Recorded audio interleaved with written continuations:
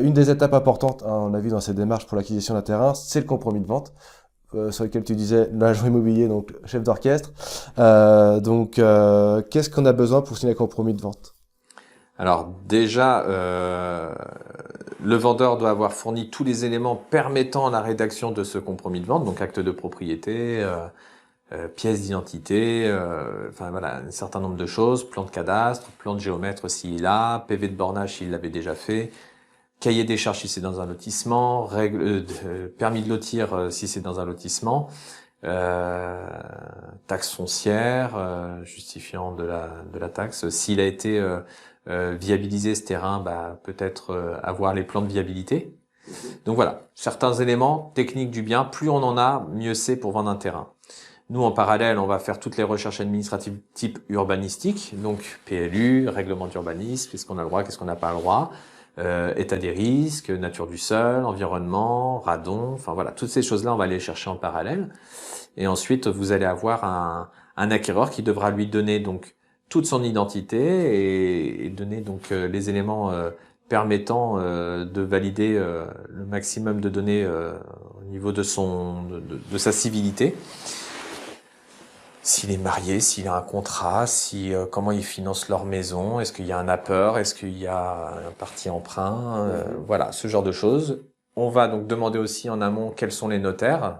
Il est préférable de prendre le même notaire pour faciliter la démarche, mais certains ont leur propre notaire, même si c'est le prix partout pareil. Enfin voilà, hein, chacun peut avoir droit à avoir son notaire. Exactement. Et nous, après, une fois qu'on a constaté tous les éléments et qu'on peut rédiger, qu'on répond à toutes les étapes en fait d'un compromis, donc état civil, désignation du bien, les conditions suspensives qui peuvent être diverses et variées, mais les principales sont permis de construire, financement.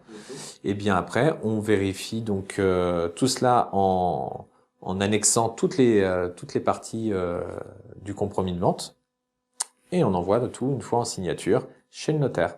Et le notaire fait une seconde vérification pour voir s'il ne manque pas un document. Et s'il y a des documents complémentaires à demander, ils vont revenir vers nous, agents immobiliers, et on va lancer la démarche chef d'orchestre. Et enfin, au final, on va faire l'accompagnement des vendeurs et des acquéreurs jusqu'à la signature du notaire. Mais dans le compromis de vente, factuellement, état civil, désignation, description complète, servitude, on en a parlé. Voilà, c'est le carnet de santé de la vente.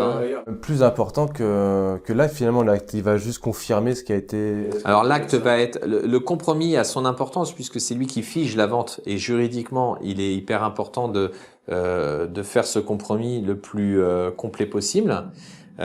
Toutefois, le notaire, dans son rôle d'administrateur aussi de vente, c'est quand même lui qui juridiquement peut valider la vente, va vérifier que dans ce compromis, il n'y ait pas d'erreur. Donc qu'il n'y ait pas un oubli, et il va justement le rectifier avant la signature définitive, puisque si la signature définitive intervient et qu'il y a eu un oubli dans le compromis, qu'il n'a pas fait son opération de vérification, c'est irréversible, c'est acté. Donc il faut vraiment en amont vraiment faire attention. D'accord. Alors j'ai quelques petits points précis sur le compromis de vente. Effectivement, là tu as bien précisé un petit peu tous les éléments nécessaires. Sur la partie acompte, dépôt de garantie, c'est vrai que on n'y pense pas forcément, mais quand on va signer un compromis de vente, faut sortir le chéquier quand même. Donc ou pas. Alors qu'est-ce que tu peux dire sur l'acompte lors de la signature d'un compromis de vente? Quand vous êtes acquéreur d'un bien immobilier, vous avez fondamentalement prévu quand même de sortir certaines sommes financières. Quand vous voulez rassurer votre vendeur sur votre engagement, il est effectivement préconisé de verser un acompte à la vente. Ce prix, cet acompte, il fait partie intégralement de la vente. C'est pas un surplus, c'est vraiment, ça fait partie du prix de la vente. Et cette somme, on a tendance à dire, c'est 10% de la vente. Alors très clairement, quand vous achetez un terrain qui fait 200 000 euros, qu'on vous demande 20 000 euros d'acompte, c'est pas si simple que ça à sortir. C'est pourquoi, dans un compromis de vente, c'est négociable. C'est-à-dire que faut savoir que juridiquement, on peut prendre 0% d'acompte si c'est un accord convenu avec le vendeur et l'acquéreur, jusqu'à 10%. Par contre, pas au-delà. Ça, nous n'avons pas le droit de demander. En règle générale, la moyenne, c'est 5%. Voilà, c'est à peu près dans cette zone-là qu'on tourne. Mais si le vendeur impose 10%, l'acquéreur devra verser 10%. Si l'acquéreur impose 5% et que le vendeur est pas en position de pouvoir en discuter ou qu'il l'accepte, parce que ça lui convient parfaitement, il n'y a pas de souci. Donc je dirais ça c'est un peu libre, c'est ce qu'on appelle la partie négociation, mais c'est pas ça. Alors c'est important hein, quand même hein. Par rapport à la clause pénale, hein, c'est quand même quelque chose de puis même celui qui voilà qui a pas enfin qui se dit bah voilà moi je finance une grosse partie enfin pas forcément d'apport ou très peu qui va peut-être garder son apport pour d'autres travaux etc. Bah il peut être assuré de dire bah voilà si je peux avoir que 2 3 000 € entre guillemets et pas avoir une grosse somme à verser dès la signature, ils ont peut-être pas encore le financement, donc c'est vrai que ça peut être rassurant de savoir que cette partie-là est discutable. son financement, quand on n'a pas obtenu son permis de construire, parce qu'il n'est pas possible de construire, parce qu'on n'a pas réussi à avoir son financement, parce que finalement à quelques lignes près, votre dossier ne passe pas. Vous récupérez votre acompte. Il n'est pas perdu. Il fait partie intégrante du bien. Il est ce qu'on appelle sur un compte séquestre chez le notaire ou dans une agence immobilière qui est séquestre. Et cette somme, elle est juste bloquée. Elle est rendue, en fait, si la condition suspensive n'a pas pu être obtenue et qu'elle n'est pas contestable. C'est-à-dire que, je vous donne un exemple, mais un client qui demande un prêt d'1 million d'euros alors que sur le compromis, il est noté qu'il a que besoin de 300 000 euros, clairement, il va pas récupérer sa caution. Il nous a dupé. Donc, c'est vraiment fait pour rassurer le vendeur et engager l'acquéreur. Faut le voir plutôt dans ce sens-là. Maintenant, je comprends qu'effectivement, on n'est pas forcément 10 ou 15 000 € sur son compte à sortir, alors qu'on a d'autres démarches en plus en parallèle qui vont devoir être payées aussi. Donc, il faut tomber sur un accord. D'accord, et c'est important de signaler que c'est une partie qui est discutable avec le vendeur. Entre 0 et 10%. D'accord. Donc là, c'était l'acompte. On les a évoqués aussi, donc les conditions qu'on appelle les clauses suspensives, que si elles sont pas réalisées, ça vient du coup déclencher l'annulation de la vente, on récupère dans ces cas-là l'acompte. Donc on a parlé donc de la constructibilité, du financement. Le financement, c'est si on finance l'achat du terrain par un crédit, donc si on n'a pas le crédit immobilier, la vente est annulée. Ça, on a un délai qui est défini, je crois aussi dans le compromis. C'est en fonction du produit, c'est en fonction de la situation, mais c'est temporisé. On a par exemple 45 jours pour déposer son permis, et ensuite donc c'est 2 mois d'instruction et 2 mois d'affichage. Voilà, de recours des tiers, on appelle ça. D'accord. Donc on est déjà dans un tempo, hein. On a 4 mois pour le permis, plus 45 jours pour la préparer. D'accord. Et sur la partie financement, en général, c'est 2 mois aussi, non? 60 jours pour... Sur la partie financement, elle pourra être organisable qu'à partir du moment où on aura fait le chiffrage de l'habitation, si c'est chiffré dans le plan de financement. Si les clients achètent que le terrain sans faire construire, on peut engager cette démarche-là immédiatement. Mais c'est à peu près 2 mois, 2 mois, 60 jours. Il y a également, on n'a pas parlé de la droit de préemption aussi, qui est indiqué, j'imagine, mais on doit avoir Tout à fait. une démarche au niveau de la mairie, à ce niveau-là. Ouais, alors quand vous faites l'achat d'un bien dans une commune, il faut savoir que la mairie peut, ou pas, jouer de son droit de préemption. La DIA, on appelle ça, le droit d'aliénation.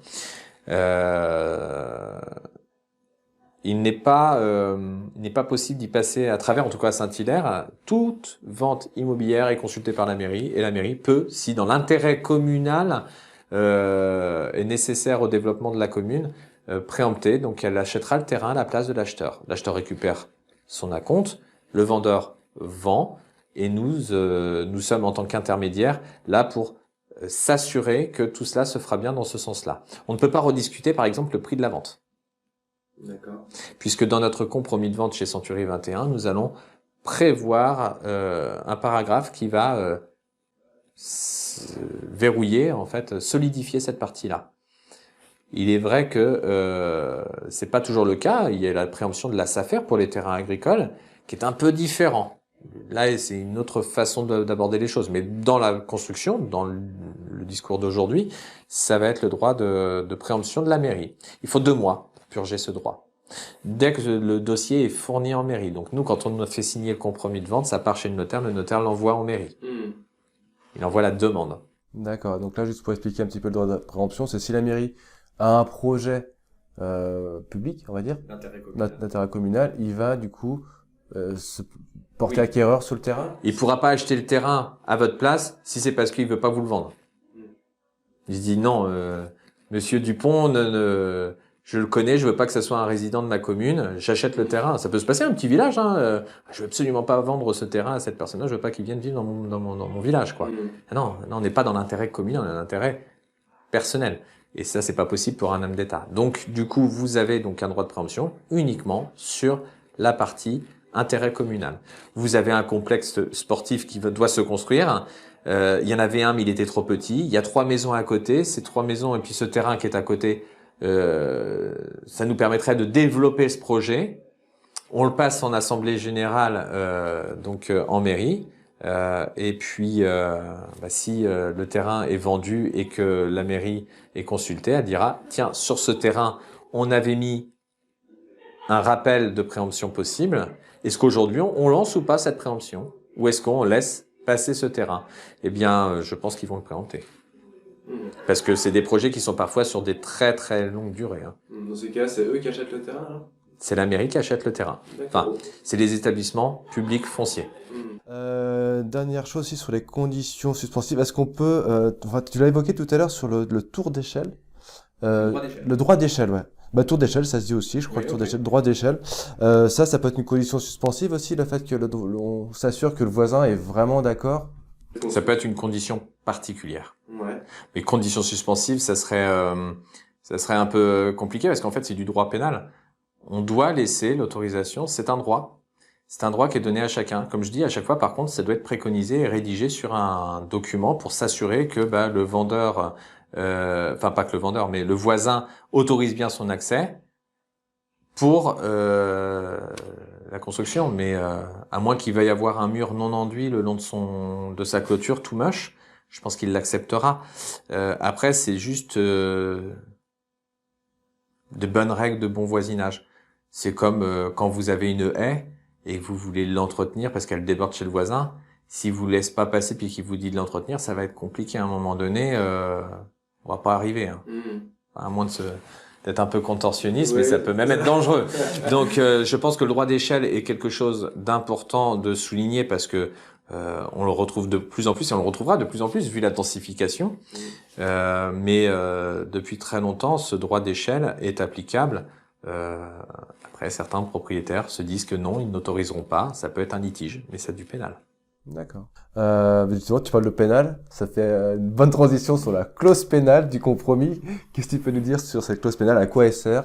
Alors, la clause pénale, c'est surtout sur la mauvaise foi qu'elle peut jouer. Vous avez un vendeur qui a scrupuleusement caché des informations nécessaires au bon déroulement de la vente et qui fait qu'aujourd'hui ne peut pas aboutir. L'acquéreur peut attaquer son vendeur pour défaut, donc en clause pénale. Et inversement, le vendeur a vendu à un acquéreur qui dit être capable d'acheter, mais qui finalement a très clairement pas la capacité financière d'acheter. Et donc tout cela était que du vent et c'était juste le temps de lui faire perdre du temps dans sa vente. Il peut l'attaquer. La clause pénale, c'est sur le bien fondé en fait de chacune des parties. Et la clause pénale peut intervenir aussi si vendeur ou acquéreur ne veulent pas s'exécuter au moment de la signature. Toutes les conditions sont levées. Et pour pure convenance personnelle, je dis en tant que vendeur, finalement, je m'entends pas avec cela, je veux pas que ce soit mes voisins, je ne veux plus leur vendre le terrain. Clause pénale. Je dirais, c'est la moindre, c'est finalement la solution de simplicité pour retrouver sa liberté. Ça représente simplement 10% du prix de la vente plus les honoraires de l'agence. Donc ça veut dire que quand vous avez vendu un terrain et que vous avez tant d'honoraires et que 10% de la vente représente 20 000 euros, peut-être qu'on est à 30 000 euros au total de clause pénale. Et on paye 30 000 et on est libéré. Sans recours de l'un, sans recours de l'autre. Par contre, s'il y a procédure derrière, il y a les frais, alors là, on part au tribunal compétent, donc c'est autre chose après. D'accord. Ok. Ça m'est encore jamais arrivé, mais la clause pénale, elle est là pour justement simplifier les démarches pour éviter d'aller au tribunal. D'accord, c'est une sorte d'indemnité au vendeur, compensatoire auprès du vendeur qui du coup a un manque à gagner sur l'instant, du coup il pensait avoir vendu son terrain. Et effectivement, c'est juste de partir dans des procédures. Voilà, c'est un petit peu le. Coûteuse, donc. Oui. En plus de payer cette clause pénale, au final, on la paiera quand même, bien sûr. Après, on part sur des procédures pour savoir qui la paye ou si on annule la vente simplement. Mais du coup, en tout cas, si ça me faisait penser. Ah oui, un cas de figure. J'en ai entendu parler. Je sais plus comment ça se passait. Imaginons un couple qui achète un terrain. qui voilà.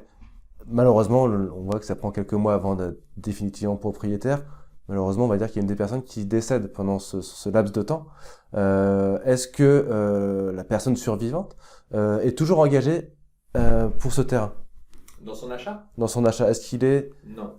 On ne peut pas engager l'acquéreur juridiquement, et puis ce serait pas très évident à faire passer, mais à moins que le conjoint survivant souhaite toujours acheter le terrain, là il n'y a pas de souci. Il y a quelques petites modifications, mais c'est juste contractuel.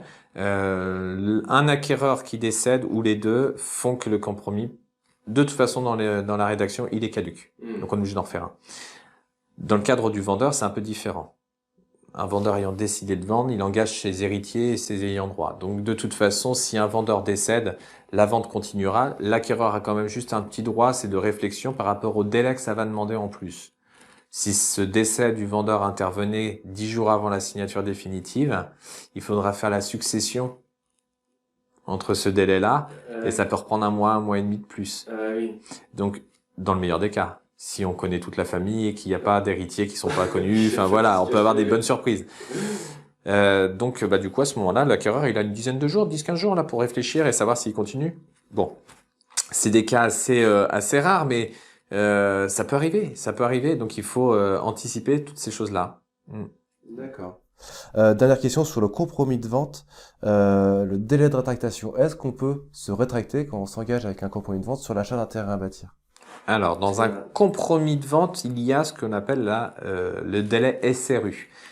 Vous signez votre compromis de vente, on vous l'envoie en recommandé. Vous avez 10 jours au lendemain de la première présentation pour annuler sans justifier votre achat si toutefois vous avez eu l'impression d'avoir été lésé ou qu'il y a quelque chose d'autre qui un événement qui survient qui fait que vous ne pouviez plus l'acheter. Donc là, il n'y a pas de perte financière particulière. Hein. Les 10 jours, c'est libre. Hein. Maintenant, dans un achat de terrain, s'il est en lotissement, avec cahier des charges, règlement, assemblée générale, oui, il y a 10 jours obligatoires. Sur l'achat d'un terrain hors lotissement, constructible ou non constructible, en fonction de son achat, il n'y a pas de délai de réflexion imposable. Ils peuvent être mis en place s'il y a un accord entre les deux, peut être mis sur le tapis, mais non, sinon il y en a pas. Il y en a pas puisque le règlement du PLU est consultable à l'avance, on ne l'apprend pas au moment de son achat, on peut le consulter même en amont du projet. Et puis entre le moment de la prise en compte de l'offre d'achat et le moment où on va signer le compromis de vente, l'acquéreur a le temps en fait de consulter ces documents-là, même nous les demander puisqu'on les a déjà, et de se dire au moment de la signature si oui ou non il veut le faire. Maintenant, après, s'il le souhaitait vraiment, il faudra demander un accord du vendeur. D'accord. Et mettre une clause suspensive peut-être sur le compromis ou... On rajouterait la SRU. D'accord. Combien coûte l'édition, la signature d'un compromis de vente? Est-ce que c'est un acte qui est... Autant qu'on va payer on signe chez le notaire un acte authentique, on a les frais de notaire. Est-ce que un compromis de vente, c'est un coût? Est-ce que l'acquéreur ou le vendeur paye des frais sur un compromis de vente? Dans un compromis de vente, ça fait partie d'un processus. Une agence immobilière, si on parle d'agence immobilière, le compromis de vente fait partie intégrante des frais d'achat que nous prenons en compte dans notre barème d'honoraires. Chez un notaire, je vais rectifier, le notaire fait... il prend une somme parce que lui, en fait, il ne fait pas le notaire de compromis de vente, il fait une promesse de vente. C'est à peu près la même chose, sauf que la promesse, elle doit être, elle, enregistrée. Donc ça a un coût. Et en plus, ils prennent des frais de rédaction. Alors, une agence immobilière peut aussi prendre des frais de rédaction et faire un compromis de vente et accompagner le client. Bref, c'est de l'accord commercial, tout en ayant la solidité d'une vente couverte par la loi Hoguet et par tout le processus du compromis de vente qui engage l'agence immobilière. Donc, oui, il y a quand même un coût, de toute façon, dans le cadre d'une rédaction. Mais un particulier ne peut pas le faire juridiquement sans passer par la voie d'un notaire ou éventuellement pour s'assurer avant d'aller voir le notaire par la voie d'un agent immobilier.